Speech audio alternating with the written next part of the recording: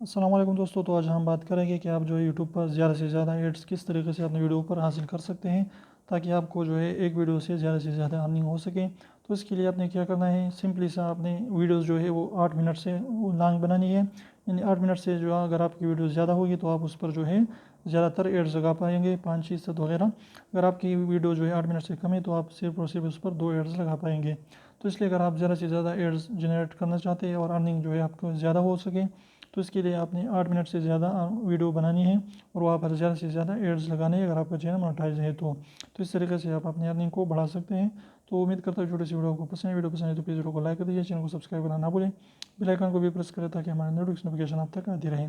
और आपका कोई भी जो है राय है वो भी आप कमेंट में ज़रूर हमारे साथ शेयर करें और अच्छे कमेंट ज़रूर करें, और आपने जो है राय का इजहार भी कमेंट करें कि आपको जो है किस तरीके से जो है ये चीज़ें अच्छी लगी कि नहीं लगी।